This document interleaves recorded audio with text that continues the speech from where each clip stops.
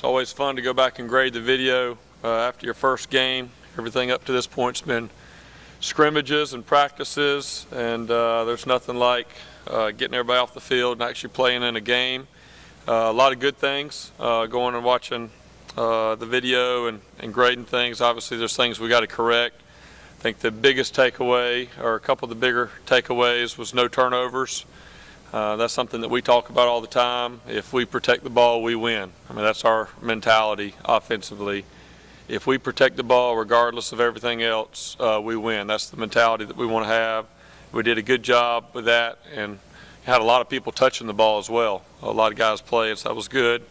I believe the one sack was on a run play there. We had some miscommunication, so did a good job protecting the quarterback. I think he only got hit maybe once back there on a pass, and then one penalty. And those are things that you kind of concerned about going into the first game, especially when you're going to play a lot of guys. From a procedure standpoint, I thought we did a pretty good job there. Was pleased with our run and pass balance. Thought that was good. One focus in the off season has been the explosive plays. I think we had 10 explosive plays, 4 runs and 6 passes. So that was good to see, and by multiple people touching the ball there. And like we talked about, having 2 drives over 90 yards and then getting an opportunity with a 2-minute drive to be able to go push it in before half was big. Played close to 40 players offensively, so that was good for a lot of guys to get some experience. After watching the video, the areas, there's a lot of things to correct. That's probably the most coaching going on after your first game. Just a lot of things that really may not come up as much in practice or in a scrimmage as it does in the first game. Had a few missed assignments early, I think, that stalled some drives early in the first quarter. So getting those cleaned up, and then like we talked about, felt like the tempo definitely could be better than it was, a little slower than we wanted it to be. And we always want to get off to a fast start, and it took us a little while to get going. Once we got going, felt like we got in a good rhythm. Felt good about both Kelly and Trevor. Both of those guys made plays, and both of them had some throws that they'd like to have back, not unlike any of our other guys. But I think overall, both of those guys did a good job. And as coaches, we expect probably biggest jump from game 1 to game 2, just from all the learning that'll take place. So that'll be a big part of our focus today as we come in, is getting the corrections, things we need to get cleaned up, and then getting ready for Texas A&M. Obviously, it'll be a huge challenge on the road at a hostile environment. Very talented defense. I could tell watching a little bit of their game on Thursday night. The first thing that pops out is they're very athletic. They got great speed, and they're very long. I'm looking at their defensive roster and depth chart. Both corners are 6'2". They got great length. Their linebackers are 6'2", 6'3", 240, 245. And then those guys up front are very talented guys. So it'll definitely be a great matchup, one we're looking forward to. This is kind of what we've become used to at Clemson now. This is kind of our normal, going on the road in a hostile environment versus a very talented team. So this will be a great challenge for our team and our offense this year, early in the year. Also have a lot of respect for Mike Elko, their defensive coordinator. He's got a reputation as being one of the better defensive coordinators in the country. Obviously, we're familiar with him, playing him at Wake Forest, I believe 2014 through 16, and then he was at Notre Dame, did a good job at Notre Dame last year, and already off to a good start. So that's kind of where we are right now, and I'll open it up for any questions. What were some of the specific, factors that kept the tempo from being what you wanted early? There's a lot of things that play into the tempo. That's kind of what we talked to the guys. It takes all 11 guys really buying into it and being focused on it. First of all, from the guys that are getting signals, some of our players have to get the signal. Some players, get to play maybe from the quarterback, but the guys that are skill guys that are trying to get the signal, immediately as soon as the play is over, getting their eyes back to the sideline, getting the signal, and having a sense of urgency, getting lined up. Just going back, you're not only grading what happens during the play, but you're also grading, the video and the time in between plays. And, because we can't get started till all 11 guys are set and ready to go. Same way up front, getting up there, getting set, making the calls, and then obviously the quarterback leading it with snap count, cadence, and those type of things. So, it's definitely something we can coach off of and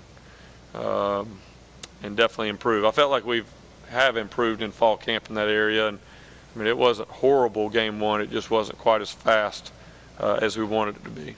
And also another part that has to do with your tempo is your execution. If you got missed assignments, and it puts you back in tough third down situations, and that slows up your rhythm. Jeff, can your familiarity with Jimbo, with Elko, as you talked about, can that help in preparations this week, or is it a totally new situation? Yeah, I think first of all, this is you don't really know what you're going to get. There is a bit of an unknown out there anytime you have a new coordinator, anytime you have a new head coach, you got a new coaching staff with a whole new program. I mean, obviously, I think we've got close to 1,000 plays, that we've broken down at Elko, now with the first game here at A&M at 3 different spots.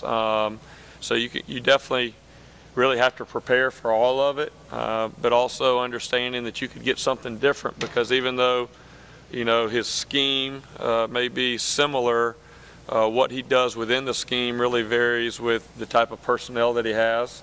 And I would say, that he's got different personnel at A&M than maybe he had at some other places. And then also coaches change, even though your philosophy may be the same, what you're doing, I think, we're doing some things different than maybe what we did 3 or 4 years ago. So I think it's one of those things that you have to be prepared for everything, and probably even a few things that aren't on video, and then the same thing with them. I mean, obviously, Coach Fisher's played us, Coach Elko's played us, so they have some familiarity with our offense, and so those are things that we'll take into account as well. How do you see Kelly kind of balance competing for the starting job, but also taking Trevor and help him out? What's the relationship? Yeah, I mean, it's been awesome. When I was somebody after the game, got home, just kind of looking through some things, and I was looking through some pictures, trying to find some ball security pictures for my wide receivers to point out good ball security and bad ball security. And one of the pictures that I loved was, Kelly congratulating Trevor as he came off the field, first one over there. And that's what we get to see every day on the practice field and the meeting rooms. I mean, those guys, are Clemson teammates. And I think, again, a lot of it goes to the culture that Coach Sweeney's done a good job of really creating here, where it's team first, and both of those guys, along with Chase Bryce, represent that and done a good job with that. Yeah, going back to personnel, obviously this week the roster's going to shrink in size of playing time. Did any of the new guys make the case for playing on Saturday outside of Trevor? Yeah, I mean, I think that's going into the game against Furman. We wanted everybody that deserved an opportunity to play, to get to play. And then those guys knew that, what you do, it doesn't matter if you had 5 reps or 20 reps, what you do with those reps are going to have an impact on, how many reps you get the next game. And along with what they do, we got a full week of practice. But, there wasn't anybody offensively, we talked about it, there wasn't anybody offensively that we were disappointed with as a whole, or went, he's not quite ready for that yet. Now, it's a huge step up this week, going on the road in that environment and playing a very talented defense will be different than playing at home in an opener here. But I think we were encouraged with the young guys. When you throw the ball up to Darian Kendrick for the first time, how's he going to respond? Does he go attack it and finish the play, or does he kind of, not do what you want him to do. And so you saw that. Again, Justin Ross, first time you throw in the ball, what does he do in that environment? You know, ball security left a little bit to be desired, but he got it in the end zone. You know, so that's a good place to start right there. And then also for me, you know, guys like Cornell Powell and DeAndre Overton, guys that are wanting to really take that next step in being able to play a lot of meaningful minutes. I saw some improvement. You know, for me, the little things that I look at is the touchdown that DeAndre Overton had is the same one he had an opportunity versus NC State last year. Same situation on the field, everything exact same coverage and all that. He just used a better technique and finished the play this time. So those are things as coaches that you're just kind of checking boxes because you want to see that improvement. But there's no doubt this will be a new challenge this week, and you know what happens in practice, the way that they learn what we're asking them offensively with the game plan will be, you know, obviously different getting ready for a new opponent, and then also what they do in the practice field will have an impact on how many reps those guys get Saturday night. Yeah, I think that's a good tool to have for sure, and you know, something Coach Sweeney, I think we have just about. I don't know if we're going to have, if we have Texas A&M on that or not. Right now, we'll have it after this game, but you know, that's something. Again, we're trying to. There's a lot of different uses of that, but one of that, especially for the young kids, you know, that haven't been in that type of environment. I mean, for Justin Ross, that, you know, that was a big environment for him Saturday in front of 80,000 people that were cheering from you, and now it's going to be like the opposite this week. But you know, at the same time, Coach Sweeney tells our guys all the time that, you know, external factors should not have an impact on our execution, and if it does, then we're not going to be a consistent team. And you know, something that Tony and I talk to the offense about all the time is, you know, kind of this offense's DNA. You know, even though that some of these guys that have played in those big games maybe have moved on and are in the NFL, but you know, our team and our offense, I mean, this is just like a normal game. I believe our 15 of our last 16 road games are at night. You know, I know, you know, last year, the last couple of years, we got some big road games at night versus ranked opponents. I mean, that's more normal than going somewhere and playing in a very quiet environment at noon. And so just kind of reminding them who they are, and really the fact that the only thing that's going to matter come Saturday night is how we execute, and we shouldn't let those external factors have an impact on that. Coach, Trevion was kind of banged up at the end of camp. How good was it to see him come in and make that big third down catch? And Coach Sweeney said back in July that he was the unquestionable leader of the wide receivers. Do you still think he is? Yeah, I think Trevion and Hunter are both our leaders. They're both fifth-year seniors. We were at dinner the other night, and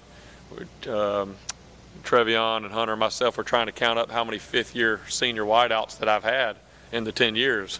I've had a lot of three-and-done guys, but I haven't had as many guys that have been here for 5 years. So it's a luxury to have those guys that have been here for a long time and have a lot of experience. I mean, Trevion, in our mind as coaches, he's a starter. It just happens to be that we start with 3 wideouts instead of 4. But, I mean, he's in that category with those other guys because of what he's done on our practice field and then what he's done in the past.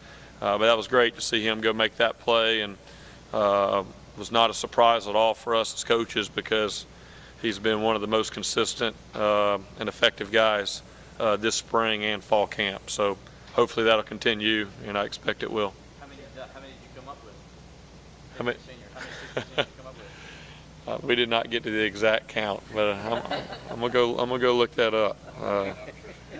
Not many. I think Sharon Peak, because of his injury, he ended up being in that count. I'm sure y'all could probably tell me quicker than I can figure it out. Is there a way to define the quarterback system right now? You don't want to think of it as maybe a strict platoon or a 2-quarterback system, or is it no, it's more one guy and then we're going to get another guy who just snaps? Is there a way to kind of define what you think it's at right now? I think the way to define it is that they're a part of the Clemson offense. I mean, Tony and I are co-coordinators. We're part of coordinating the Clemson offense. You know, I mean, all the wide receivers. I mean, go at every position, really. Offensive line. I mean, how many guys? We play 8, 9 guys a game. Go to tight end, play 4 to 5 a game, regardless of who we play. We're going to play 9 to 10 wideouts a game. We're going to play 4 running backs a game. And now it just so happens that we're going to play at least 2 quarterbacks a game. And so for us, it's not a major deal. It's not something that we spend a lot of time talking about. I think if, you know, I said this before, some people are playing 2 quarterbacks because they're trying to find out if they have one good enough to win with. That's a whole different conversation. That's a whole different worry as a coach. For our situation, you know, it's, you know, you got 2 guys that are very effective, that bring, they're similar in some ways, but they're different in some ways in what they can bring to the offense. But, you know, we don't call the game any different with either of those guys in there. And my wide receivers, I mean, to be honest, we don't get in the huddle and say, all right, who's in? Okay, he's in. All right, I'm going to run this route a little different.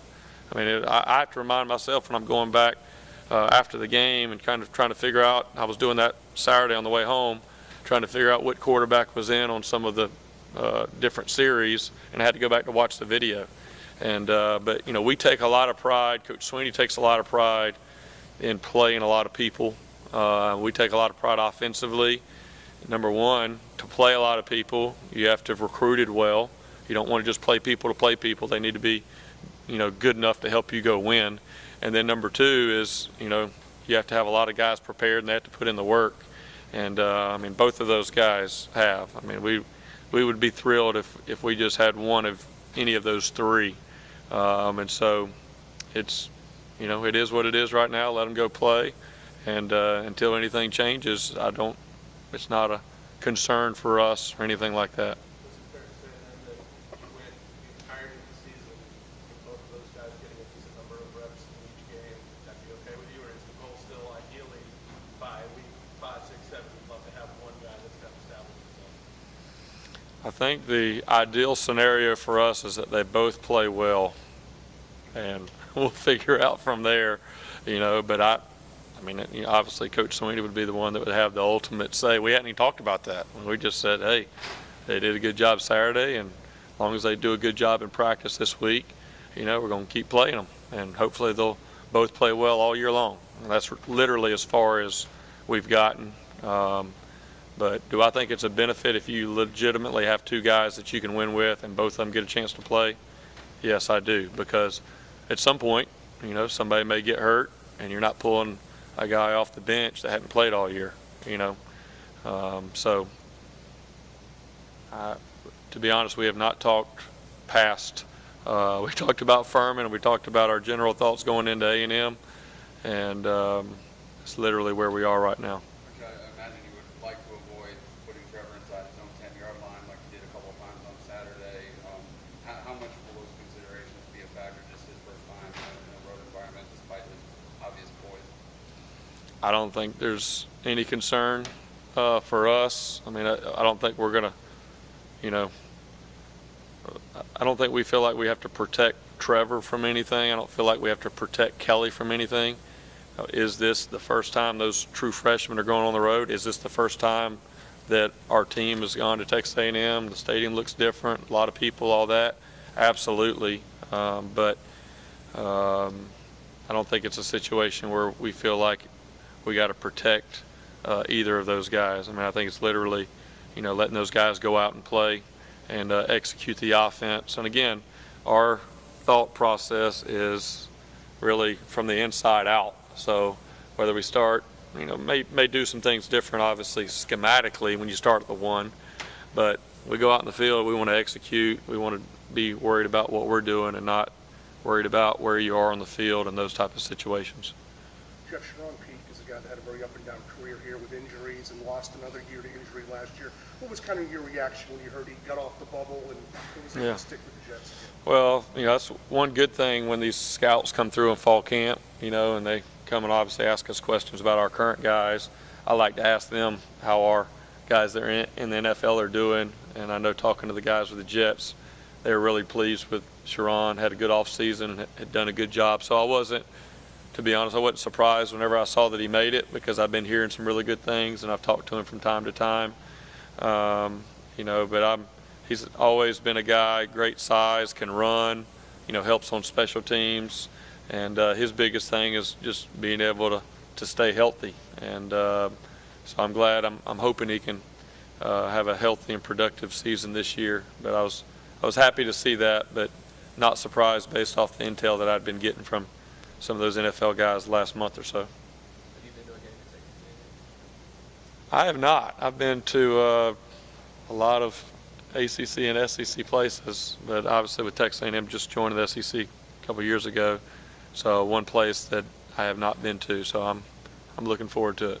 You're well aware of that debacle the last time Clemson went down there, right, with the bus and the staying an hour away. Yeah, I wasn't on that trip. There's only, I guess there's a 4-year window from whenever I finished playing to when I came back, Yeah. and that was during that window. But yeah, I've heard about that, but not recently. Y'all make sure the bus has air conditioning. Yeah, I'm sure. I think hopefully we'll have AC. But if not, we'll deal with it. We'll be all right. You kind of touched on it a little bit with the game planning process, but how much does the two quarterbacks factor into this game plan that you have for this weekend? You said you kind of worked that out. Yeah, I think for us right now, at this part in the year, it doesn't have a tremendous impact on us game planning. I mean, we feel Kelly can throw it and run it. We feel that Trevor can throw it and run it. And obviously we just have one game of both of them being out there. But our mindset is it doesn't matter who's at quarterback. I mean, and we've recruited. Obviously, if we recruited a drastically different type quarterback, then that may have to be done. But I mean, we recruited all of those guys, all 3 of those guys, to our system, knowing what we want to do offensively. So in our mindset, when we're game planning, we're not game planning or earmarking certain plays or certain situations for either of those guys. I mean, it's the same conversation we have at wideout. I mean, I have to tell my guys, they got to be ready. It doesn't matter if T. Higgins is in there or Justin Ross. If it's 3rd and 4 and we're throwing you a slant, you got to go win. We can't sit here and game plan for different guys in different situations. You can't play very fast doing that. So we want all the guys to be prepared for that. And quarterbacks, same way. How fluid is that plan going in? As games go, but I think generally within our walls, we may have a general plan of how we want to start the game, and then as the game goes and as it develops, obviously you got to be able to monitor and adjust, just like I do with my wideouts or other positions, or also how the game's going. There's a lot of different factors, and that's part of the game day management and adjustments, but not something we worry a whole lot about right now. I ended up bringing over, I think, 120, something like that, recruits to this game. I know you guys have developed into a national brand, but playing out in Texas, and does that increase the recruiting sources? Yeah, I think that's great. We first got out to Texas a little bit whenever Chad Morris was here with his ties. We went out there a couple of times. Obviously, J.C. Chalk had some previous connections with Coach Sweeney with his grandfather, but he's from Texas, and I think it's great anytime, whether it's recruiting or playing games, to be able to go play in new places. There's a lot of recruits out there that are intrigued with that Tiger Paw. And, for those recruits, this will be the first time the majority of them get to watch us play live. And so there's no doubt that's an added benefit anytime you go to a new place. All right. Thank you. Appreciate it. All right. Yeah. Yeah, so it's 16 yards or more on a pass.